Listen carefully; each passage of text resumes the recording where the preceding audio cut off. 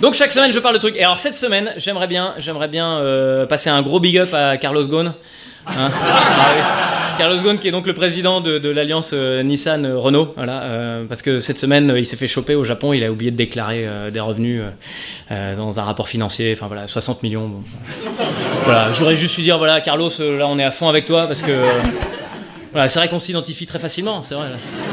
Bah, ça arrive quoi, moi l'autre jour voilà, j'étais au resto, je suis parti, je fais ah merde, oh là là, j'ai oublié la facture. Bon bah voilà, lui c'est pareil, il déclare ses revenus, 60 millions d'euros, bon.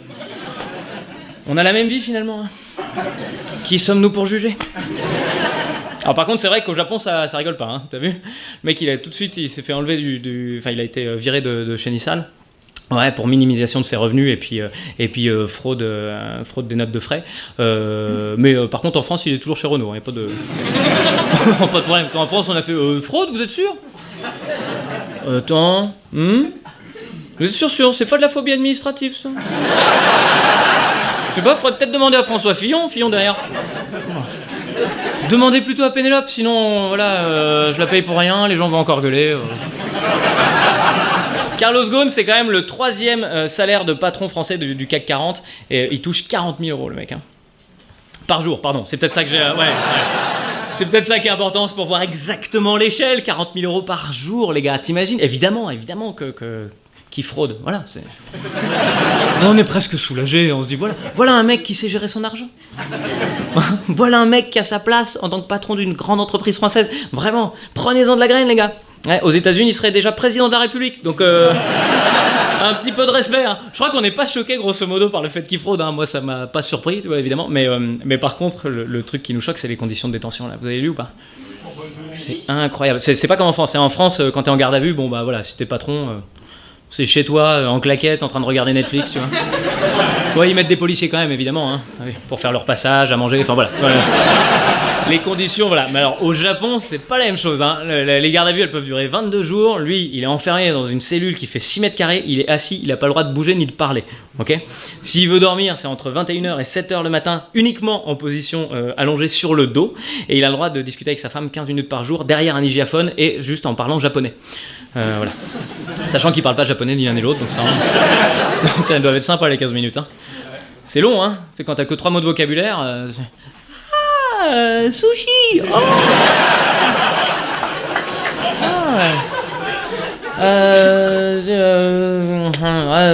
Wasabi. Gyoza. Sauce salée. Ah merde. Désolé, bon bah maquille à tous. Hein. Ouais, je te jure, si vraiment je dois me retrouver en prison, je sais que c'est pas gay en France, mais je préférais quand même la passer ici, ma détention. Hein. D'ailleurs, en parlant de ça, il y a Jawad là, cette semaine, le procès qui repart. Ouais, Jawad, tout le monde s'en souvient? El Jawad. Jawad quoi, Jawad, le mec qui avait hébergé donc les mecs qui ont fait les attentats du 13 novembre. Jawad, bah du coup le procès redémarre. Je savais même pas que ça continuait. Enfin, on a besoin d'un procès vraiment. Tu le vois 2 secondes sur BFM, tu fais il est coupable, voilà. Affaire suivante. Et non, évidemment, c'est un peu plus complexe que ça, et heureusement que la justice est là, mais en fait, pendant la première instance, là il est en appel, parce que pendant la première instance, ils ont déclaré qu'il n'était pas absolument prouvable qu'il avait conscience qu'il hébergeait des terroristes. Voilà. D'ailleurs, il n'était pas prouvable qu'il avait conscience, point. Même aujourd'hui encore, on a quand même un doute pour savoir si réellement il y a une activité cérébrale cohérente dans la boîte crânienne de Jawad. On ne sait pas. Je pense qu'il y a des gens qui cherchent de la vie sur Mars, les gars, alors qu'il y a tellement d'inconnus dans ce cerveau. Vraiment, c'est Da Vinci Code, les gars. Si on arrive à décrypter ce cerveau, je pense qu'on a les clés de l'univers. On comprend les trous noirs, on passe à la vitesse de la lumière. Vraiment, envoyez vos dons. Ça va faire du bien. Et incroyable, Jawad, il s'est pointé, donc le jour, mercredi, il s'est pointé au tribunal, il avait un survêtement à paillettes, quoi. Un survêtement noir, avec une veste avec des paillettes sur l'épaule. Je pense vraiment, à mon avis, c'est son avocat qui lui a dit, bon, monsieur Ben Daoud, ce serait pas mal de s'habiller un peu, est-ce que vous avez une veste? Et lui, il a fait, si j'ai une veste, frère. Et il s'est pointé avec sa veste comme ça, sa veste avec des paillettes, il est brillant, il est premier degré. Là, tu vas sur la Lune, vraiment, tu vois 2 choses. C'est la muraille de Chine et Jawad. Incroyable. Je pense que c'est une stratégie de la défense, à mon avis. Ça va être ça. Ouais. Je pense que c'est l'avocat, il s'est préparé. Il va dire, mais comment voulez-vous, monsieur le juge, que mon client reconnaisse des terroristes alors qu'il ne reconnaît pas le bon goût? Avec tout le tribunal. Ah ouais, c'est vrai que là, ouais. Oh putain, puis les mecs qui lui ont vendu le survêt, quoi. C'est horrible. T'imagines la marque? Ton égérie, c'est Jawad. Ah. Faut penser au créateur, il y a un mec qui l'a dessiné ce survêt, hein.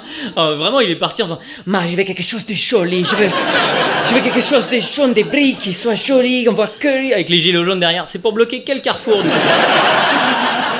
Nous, on est là, si jamais... Donc il s'est pointé à un procès sur les attentats, Il s'est pointé à un procès sur les attentats avec une veste à paillettes, quoi. Qu'est-ce que je te dis? C'est le niveau. Pour moi, la prochaine étape, tu vas à un enterrement déguisé en zizi. Enfin, c'est pour mettre l'ambiance. Oui, non. Comment tu peux? Qui s'habille en paillettes aujourd'hui? C'est Claude François qui s'habille en paillettes. Voilà, c'est tout. Et que Claude François. Donc voilà, si t'as envie de mettre des paillettes, fais ça bien. Monsieur Mendaoud, vous avez quelque chose à dire? Je logeais Daesh pour la première fois. Wouh, sur BFM, je disais c'est pas moi. Waouh, oh, quelle année les attentats. Avec les jaouettes derrière. Les attentats.